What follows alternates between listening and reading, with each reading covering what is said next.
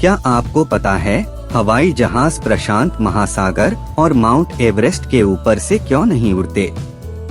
यदि आप नहीं जानते कि हवाई जहाज हिमालय और प्रशांत महासागर के ऊपर से उड़ान भरने से क्यों बचते हैं और अन्य मार्गों का विकल्प चुनते हैं, तो हम आपको इसके पीछे का कारण बताएंगे। अक्सर यह देखा गया है कि हवाई जहाज हिमालय और प्रशांत महासागर के ऊपर से नहीं उड़ते हैं और इसके बजाय उड़ान के लिए वैकल्पिक रास्ते चुनते हैं, भले ही उन्हें लंबी दूरी तय करनी पड़े।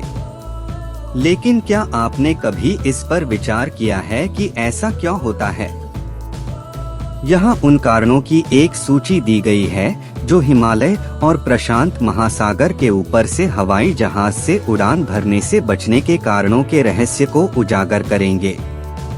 हवाई जहाज प्रशांत महासागर के ऊपर से उड़ान भरने से बचते हैं और घुमावदार मार्गों का विकल्प चुनते हैं, क्योंकि घुमावदार मार्ग सुरक्षित होते हैं, क्योंकि एयरलाइंस तब समुद्र की तुलना में जमीन पर उड़ान भरती हैं। इसलिए वे समुद्र के ऊपर कम समय बिताते हैं, जिससे आपातकालीन लैंडिंग की अनुमति मिलती है। समतल जमीन पर इमरजेंसी लैंडिंग की जाती है। इसके अलावा हिमालयी क्षेत्र भी आपातकालीन लैंडिंग के लिए सुरक्षित नहीं है, क्योंकि इस क्षेत्र में समतल सतह नहीं है। इसके अतिरिक्त जोखिम कारक भी बढ़ जाता है, क्योंकि हर जगह पहाड़ होते हैं। अधिकांश कमर्शियल एयरलाइनें हिमालय और प्रशांत महासागर के ऊपर उड़ान भरने से बचती हैं, क्योंकि मौसम संबंधी सभी घटनाएं क्षोभमंडल में होती हैं और क्षोभमंडल की ऊंचाई स्थलमंडल से 20 किलोमीटर तक होती है। क्षोभमंडल में मौसम हवाई जहाजों के उड़ान भरने के लिए उपयुक्त नहीं होता है, क्योंकि बदलते मौसम के प्रभाव से हवाई जहाजों की उड़ान पर नकारात्मक प्रभाव पड़ता है और दुर्भाग्यपूर्ण घटनाओं के होने की संभावना होती है। एक और कारण है कि कमर्शियल हवाई जहाज हिमालय के ऊपर से उड़ान नहीं भरते हैं। यह है कि भारतीय वायुसेना और पीपुल्स लिबरेशन आर्मी वायुसेना इस क्षेत्र में प्रशिक्षण सत्र आयोजित करती है और वे कमर्शियल एयरलाइनों को उनके ऊपर उड़ान भरने से रोकते हैं। हिमालयी क्षेत्र कम आबादी वाला है, जिसके कारण नेविगेशन रडार सेवा मुश्किल से मिल पाती है और पायलटों को जमीन के साथ संबंध स्थापित करने में कठिनाइयों का सामना करना पड़ता है और किसी भी आपात स्थिति में पायलट खराब नेविगेशन रडार सेवा के कारण कोई मदद नहीं ले पाएगा। इसलिए पायलटों को हिमालय और प्रशांत महासागर के ऊपर से उड़ान भरने के बजाय विकल्प चुनना बेहतर लगता है। इन क्षेत्रों में ऑक्सीजन खत्म होने का भी खतरा है, क्योंकि एयरलाइंस के पास आमतौर पर केवल 20 मिनट की आपातकालीन ऑक्सीजन होती है।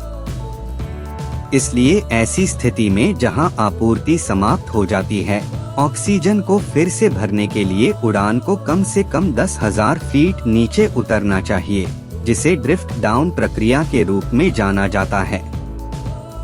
लेकिन हिमालय में 10,000 फीट तक उतरना मुमकिन नहीं होता है।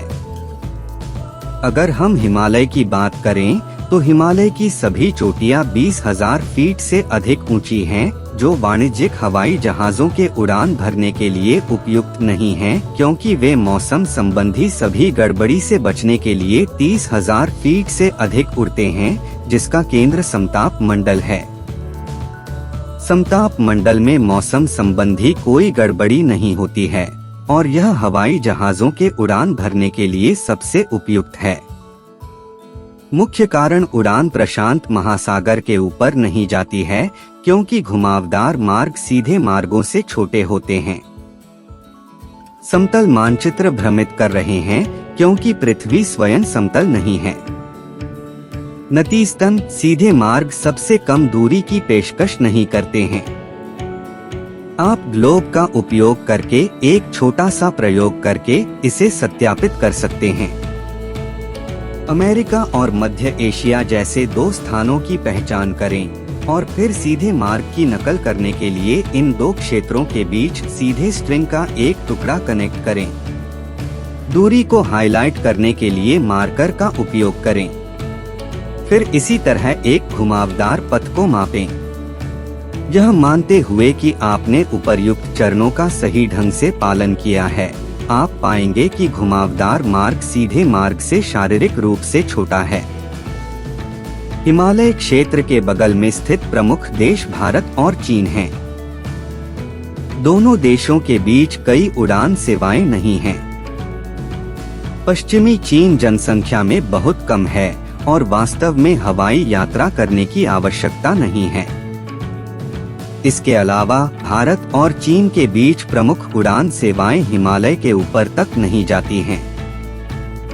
हवाई जहाज उड़ान भरते समय एक भूगणितीय वक्र का अनुसरण करते हैं।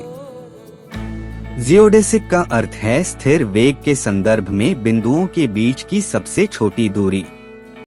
यदि कोई हवाई अड्डा है जहां आपको पहुंचना है और रास्ते में हवाई जहाज एक हवाई अड्डे पर चढ़ता है, तो आपके गंतव्य से समान दूरी के साथ पास में एक हवाई अड्डा भी है।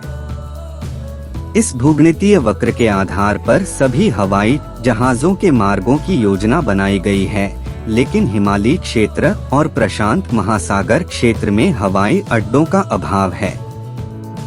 तो अब आपके पास एक स्पष्ट विचार होना चाहिए कि यह कोई रहस्य नहीं है कि हवाई जहाज हिमालय और प्रशांत महासागर के ऊपर नहीं उड़ते हैं, बल्कि यह वैज्ञानिक कारण हैं जो इसे असंभव बनाते हैं और हवाई जहाज को हिमालय और समुद्र के ऊपर से उड़ान भरने की अनुमति नहीं देते हैं।